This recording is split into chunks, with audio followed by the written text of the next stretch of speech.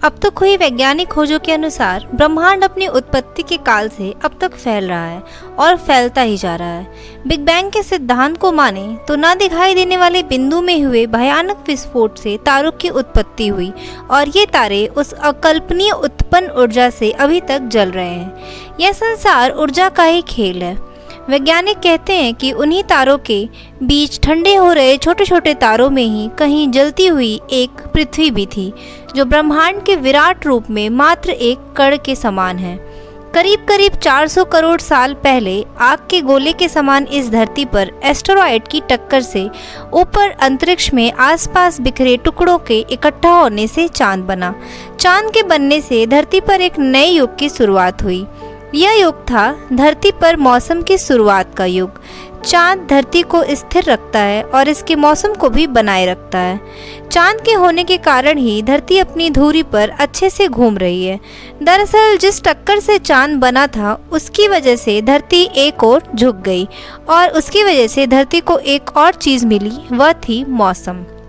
धरती पर जीवन के विकास के लिए मौसम का होना बहुत ही ज़रूरी है। यदि बदलता हुआ मौसम नहीं होगा तो जीवन संभव नहीं होगा। चांद की ग्रेविटी के कारण धरती की घूमने की रफ्तार भी कम हुई, जिससे हमारे दिन 6 के बजाय 24 घंटे के होने लगे। 440 करोड़ साल पहले धरती पर इतनी गर्मी थी कि तरल पानी रह ही नहीं सकता था, लेकिन वायुमंडल में पानी की भाप थी। कई लाख साल पहले जब धरती ठंडी हुई तो बारिश होने लगी, जिससे तालाब बने, झीलें बनी और फिर महासागर बने। 380 करोड़ साल पहले हमारे पास चांद था, समुद्र था, लेकिन वह वैसा नहीं था जैसा कि आज हम देख रहे हैं। इसलिए जीवन की शुरुआत के लिए अभी और वक्त और बदलाव की ज़रूरत थी। 380 करोड़ साल पहले सागर के नीचे एक नई क्रांति हो रही थी। 6 मामूली तत्वों हाइड्रोजन, ऑक्सीजन, कार्बन, नाइट्रोजन आदि ने मिलकर जीवों की रचना शुरू की। इस तरह धरती पर चुपचाप जल के भीतर जीवन की शुरुआत होने लगी। सबसे पहले बैक्टीरिया के रूप में जीवन शुरू हुआ। हम सभी बैक्टीरिया ही हैं।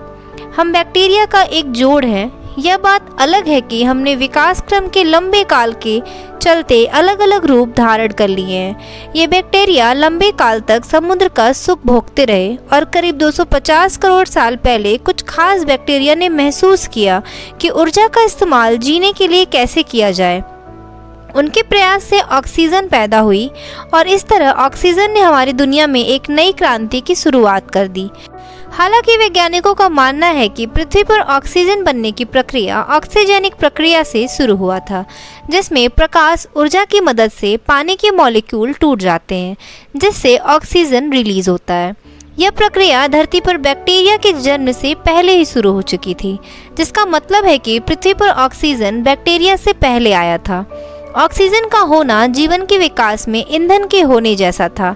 इस ऑक्सीजन के कारण लोहे में जंग लगने लगी। जंग लगा लोहा महासागरों के तल पर जमा होने लगा। करोड़ों वर्ष बाद यह जंग लगा लोहे का विशाल ढेर बाहर आया। यही ठोस चट्टानों का रूप लेने लगा। इन बैक्टीरिया ने मिलकर इतनी ऑक्सीजन बनाई कि महासागर ऑक्सीजन से भर गया और फिर यह ऑक्सीजन महासागर के ऊपर वायुमंडल में जाने लगी। इसके बाद इस घटना से जीवन के विकसित होने में रफ्तार आ गई और जीवन ने एक लंबी छलांग लगाई। पहली बार किसी बैक्टीरिया ने ऑक्सीजन के सहारे भी जीना सीख लिया था। 550 करोड़ साल पहले जब धरती अपना 400 करोड़वां जन्मदिन मना रही थी, तब वायुमंडल में ऑक्सीजन का स्तर 0 से बढ़कर 13% तक पहुंच गया था। ऑक्सीजन के साथ ही वायुमंडल में ओजोन लेयर बनने लगी, जो हमें सूर्य की खतरनाक रेडिएशन से बचाती है। इसकी वजह से समुद्र में जीव और जानवरों के सबसे ज़्यादा एवं सबसे उन्नत समूह पैदा हुए।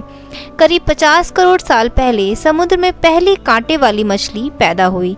ये मछलियाँ हमारी पूर्वज हैं। असल में आज के सारे रीढ़ वाले जीव इन्हीं मछलियों के आधारभूत ढांचे पर ही बने हैं। ऑक्सीजन के कारण धरती पर जल से निकलकर पौधे सबसे पहले आगे बढ़े और फिर पेड़ पौधों की मदद से ही फोटोसिंथेसिस प्रक्रिया की मदद से वायुमंडल में ऑक्सीजन का स्तर बढ़ता ही चला गया। तो दोस्तों, इस वीडियो में हमने समझा कि पृथ्वी की उत्पत्ति कैसे हुई और इस पर जीवन की शुरुआत कैसे हुई। आपको ये वीडियो कैसी लगी कमेंट करके ज़रूर बताएं। ऐसे ही और वीडियो के लिए लाइक शेयर एंड सब्सक्राइब करना ना भूलें।